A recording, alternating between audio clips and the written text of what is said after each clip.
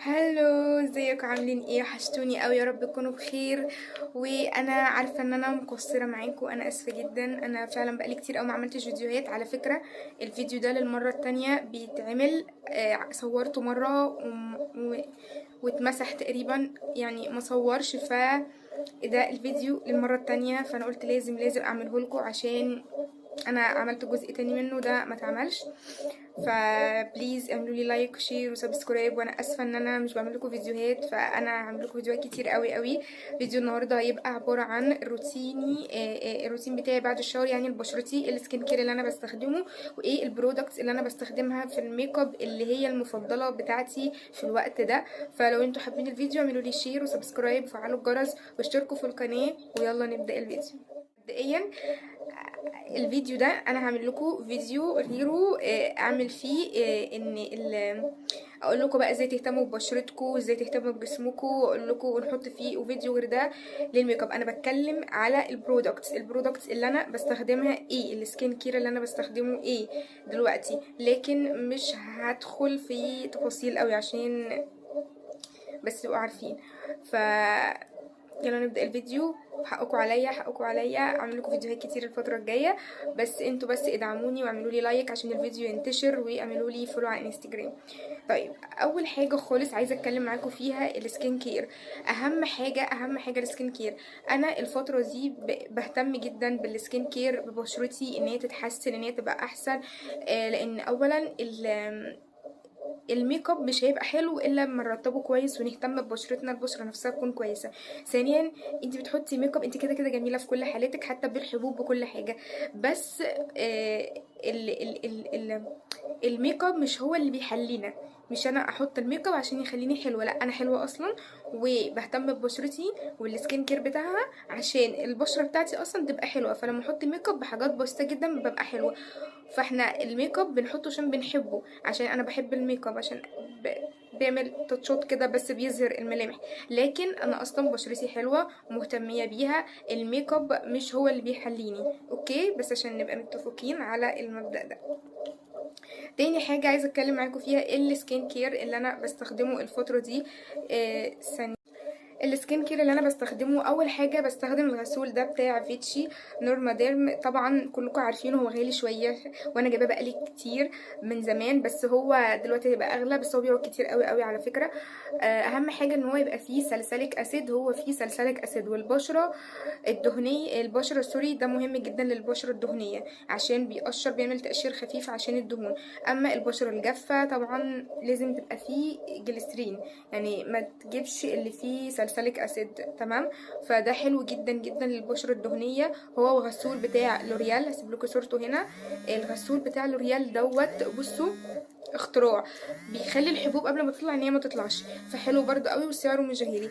اوكي، ده الغسول اول حاجه. بعد كده بستخدم، طبعا البشره بتبقى ناشفه جدا، بحط ميه ورد. ميه الورد دي بتاعت افريكانا، طبعا كلكم عارفينها. هي مش غاليه خالص وبتقعد كتير قوي وحلوه، بتدي ريفريش كده للبشره.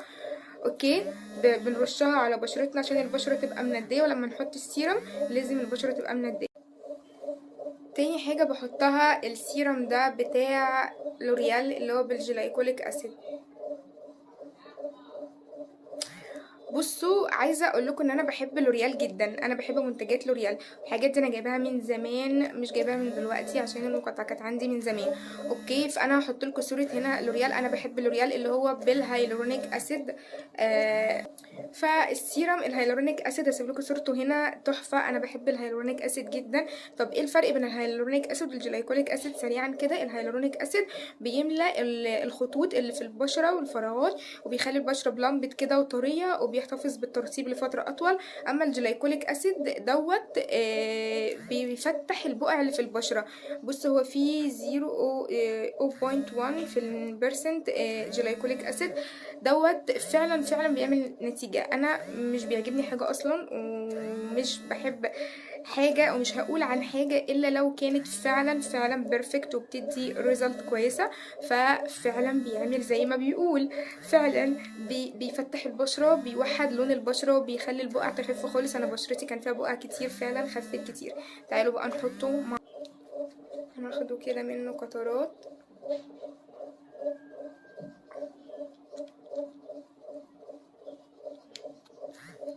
وبنحطه وبنوزعه كده. هتقولي حاطه فلتر، هقول لكم حاطه فلتر. الفلتر مش اوفر قوي يعني، انا مش حاطه ميك اب اصلا، فمش فلتر مش قوي يعني، فما تدققوش يعني يا جماعه. نيجي لي المرتب ده من ريهام براندز، كنت جايبه جزء منه، هسيب لكم البيج تحت التقسيم يعني. ده سيرافي، ممكن تستخدموا سيرافي، ممكن تستخدموا ستيفز، واحلى اصلا مرتب بقى اللي هو بتاع الكلينيك كله بيتكلم عنه، اللي هو البشره الدهنيه. حلو قوي، هو غالي طبعا، عايزه ابقى اجربه واقول لكم رايي فيه ايه، بس كله بيشكر فيه وبعدين بيقعد كتير قوي. فالسيرافي ده تقيل شويه، فانا عشان بشرتي بس ناشفه مش هحط كتير. وحلو قوي، بيرطب حته صغيره منه ويترطب جامد تحت عيني برضو عادي يعني. ده كده السكين كير اللي انا بستخدمه. لو انت عايزه بقى بتعالجي بشرتك او بتستخدمي اي حاجه لبشرتك ممكن تبقي تحطيها برضو. الجزء بتاع الميك اب ايه البرودكتس المفضله عندي اللي انا بستخدمها في الميك اب. لو انتوا لسه بتتابعوا الفيديو لحد دلوقتي انزلوا اعملوا لي لايك وشير وسبسكرايب وخدوا جوله في القناه كده، وفعلوا الجرس عشان تحمسوني اعمل فيديوهات تاني، وعلشان يتشاف، عشان ناس كتير يوصل لها الفيديو وتستفيد يعني. اول حاجه انا طبعا بستخدم الفاونديشن ده بتاع لوريال، برضو جايباه من زمان. لوريال انفيلبل، سعره رخيص، سعره اقتصادي حلو، بيقعد كتير جدا، خفيف على البشره. اولا هو مش فول كفرج، وفي نفس الوقت بتحسي ان هو فول كفرج. ازاي؟ لان هو يعني انا بحب الحاجات مش التقيله، مش بحب الحاجات اللي هي بتعمل بلوكد كده للبشره وتنزع كل يعني تخليكي كده مش انتي يعني. فبحب الحاجه الخفيفه وبحب الحاجه السايله اللي هي تمشي كده معايا، رغم ان بشرتي دهنيه، وده بيقولوا ان ما ينفع ان البشره الدهنيه يعني هيسيح معاها، بس انا بحب الحاجات اللي بتندمج لان بشرتي بتقشر. فده حلو قوي من لوريال. اوكي، وهبقى اعمل لكم فيديو ازاي تخلي الفاونديشن او ايه اللي بيخلي الفاونديشن يقطع ويغير. keep in watching عشان هعمله لكم. طيب تاني حاجه بستخدمها الكونسيلر. انا بستخدم الكونسيلر ده بتاع فيت مي ميبلين، الدرجه بتاعتي 15، حلو قوي قوي وبجيبه على طول بخلصه كتير. اولا سعره حلو، ثانيا ان هو بيندمج بسرعه جدا، ثالثا ان هو احلى من لوريال بكتير. لوريال ما بحبوش خالص، بيندمج. يعني ايه بيندمج؟ يعني ممكن تسيبيه شويه فبيعمل تغطيه كامله. بيندمج، مش تقيل، مش بيقطع، بيمشي. انا بحب الحاجه اللي هي بتمشي كده معايا، فهو بيندمج بسرعه جدا وسهل كده وناعم كده، فحلو قوي. هاتوه. الباودر ديت من ايريس بوند، برضو جايباها، كانت تقسيم من عند ريهام براندز. بتاخدي اقل كميه خالص وتحطيها تحت عينك على بشرتك، فبتاخدي فنكمل في بارت 2. عايزه اوريكم الكونسيلر بتاع لاجير اللي ده حلو قوي برضو، هو تقيل وبرضو بيندمج بسرعه. اوكي طيب ديت اللي هي كانت اوكي البلاشر الشي جلام لكم بقى باليت من الاخر بجد، بتجيب من الاخر. ايه هي الباليت دي؟ احنا بنتكلم دلوقتي في الفيس، البرودكتس اللي بستخدمها لوشي. الباليت بتاعت روزبيري، هسيب لكم اللينك برضو اللي انا جايباه منها. بصوا فيها درجات كتيره جدا،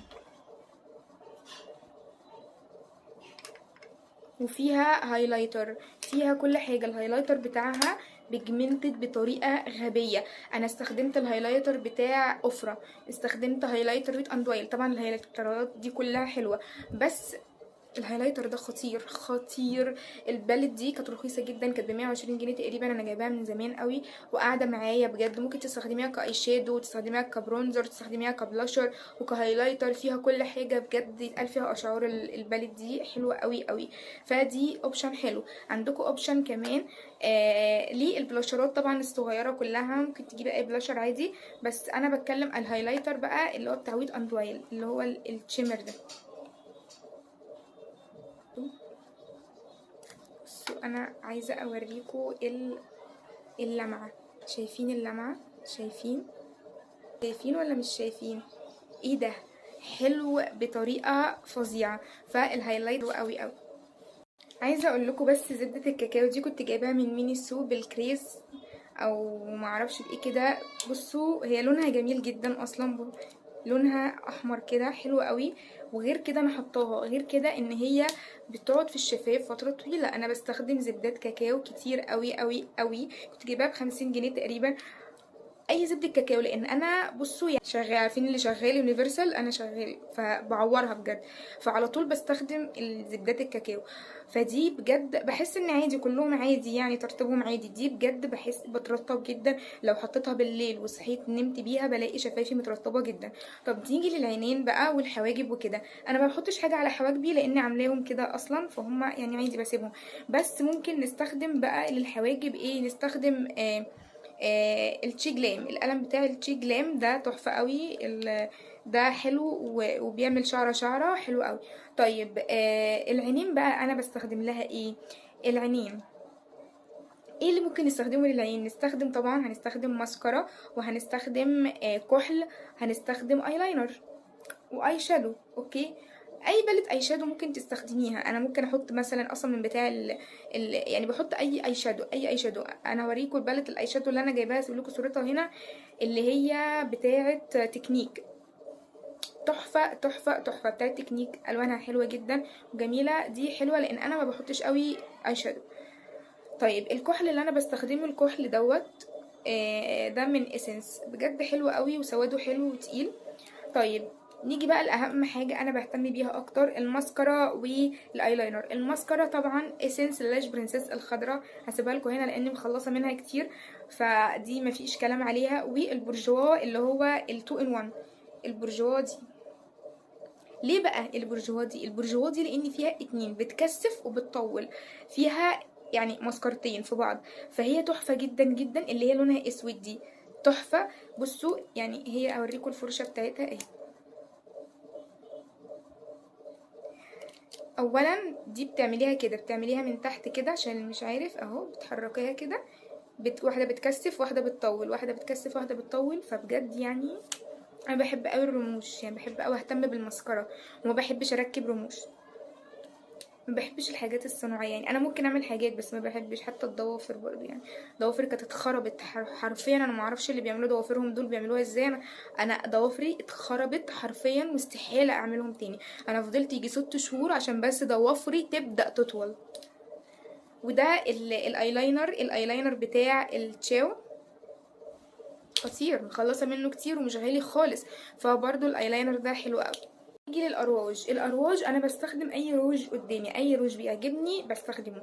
بس لو هنتكلم عن اكتر حاجه ايدي بتروح لها فدول طبعا النيكس اللي هي NYX دي، بجد تحفه. اللي هو دوت وده، اللي هو اتنين في لون، الدرجه دي اللي هي الفوشيا، اللي هو ده لون، والناحيه التانية اللي هو الليب جلوس الشفاف ده. طبعا كان غالي جدا بس هو يعني حلو، بيقعد كتير قوي. اللي هو بتحطي عليه بقى الملمع، لان انا ما بحبش شفايفي تنشف خالص، فبقيت اميل للحاجات اللي هي الجلوس دي اكتر بكتير. والتشاو دوت، التشاو ده عايز اقول لكم ب60 جنيه، ولونه تحفه، خطير، روعه والوصف، وبيفضل كتير على فكره. الدرجه بتاعته اللي هي برضو البينك الفاتح الحلو قوي ده، تمام. فدول اللي بروح له، اللي اكتر اروج يعني بروح لها، وبستخدم اي اروج. وممكن اعمل لكم بقى، يعني عندي اروج كتيره قوي، فيديو للاروج لوحده. دي كده كانت فدي كانت كده فيديو بتاعي النهارده، يا رب يكون عجبكم، يا رب تكونوا استفدتوا. ما تنسوش تعملوا لي لايك، وتروحوا تعملوا لي فولو على الانستجرام عشان انا بحط كل حاجه عليه، وتشتركوا في القناه بليز، خدوا جوله فيها، وتعملوا لايك كبيره. انا والله بتعب عشان اعمل لكم الفيديوهات دي يعني. لايك، عشان فيديو بس يعني، قوي قوي قوي. واشوفكم الفيديو الجاي. باي باي.